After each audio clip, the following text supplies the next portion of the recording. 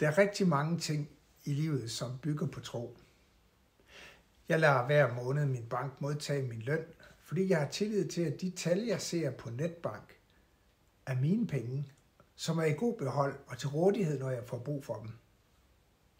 Jeg kører min bil på værksted i tro på, at mekanikeren ved, hvordan man reparerer den, og rent faktisk også gør sit bedste for at gøre det. I virkeligheden er det meste af det, vi gør, baseret på tro og tillid til, at verden er, som vi opfatter den, og vi tillidsfuldt kan agere ud fra den tro. Derfor virker det næsten som en indlysende sandhed, når Hebræerbrevet i kapitel 11 kommer med den her sætning. Tro er fast tillid til det, der håbes på. Overbevisning om det, der ikke ses. Og det passer meget godt med, hvordan vi lever livet.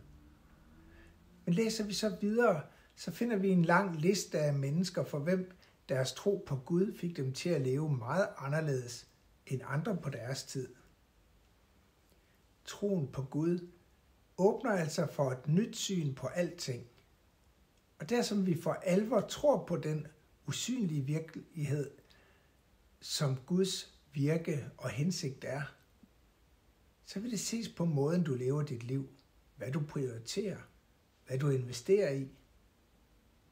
Det er vildt at tænke på, hvad troen på Gud betød for personer som Noah, Abraham, Moses, Gideon, Jefta, David og Samuel.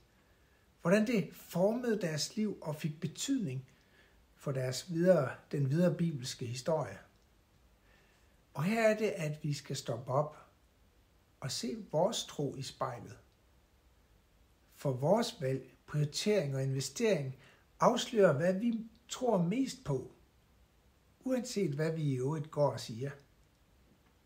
Det er det, du tror på. Det du mest er overbevist om.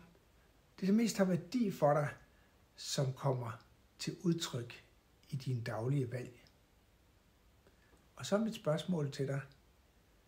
Hvor kommer Gud ind i billedet der?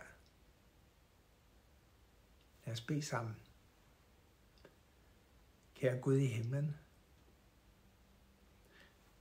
Det er inspirerende at læse om de store bedrifter, nogle mennesker har gjort, fordi de troede på, at du var levende og virkende og elskede dem og havde en god hensigt og en god plan for deres liv.